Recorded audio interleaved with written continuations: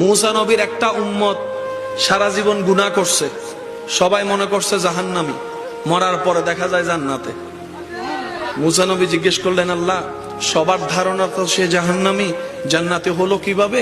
এতটুক তো জানি কোনো না কোনো কারণ তো নিশ্চয়ই আছে, কারণ তুমি তো দয়াবান, তুমি তো কারণ খুঁজতে থাকো, বান্দা কিছু একটা করুক যেটা দেখে তুমি আল্লাহ সব গুনাহ মাফ করে জাহান্নামীকে জান্নাতি বানাই দিতে পারো। সুবহানাল্লাহ। তো মুসা নবী জিজ্ঞেস করার পর আল্লাহ পাক বললেন, হ্যাঁ মুসা, কথা সত্য, তার জীবনের বেশিরভাগ আমল জাহান্নামী, কিন্তু সে মরার আগে এমন একটা কাজ করছে, আমার বান্দাটা মরার আগে এমন একটা কাজ করছে, আমি খুশি হয়ে তার সমস্ত গুনাহ মাফ করে দিছি। আল্লাহ, সে এমন কি কাজ করছে? বলে যে বেশি কিছু না, কুত্তারে পানি খাওয়াইছে। আল্লাহ কুকুরকে পানি খাওয়ানোর কারণে সারা জীবনের গুনাহ মাফ। রব বলে যে আমার সৃষ্টির প্রতি যে দয়া করে, আমি তার প্রতি দয়া করি।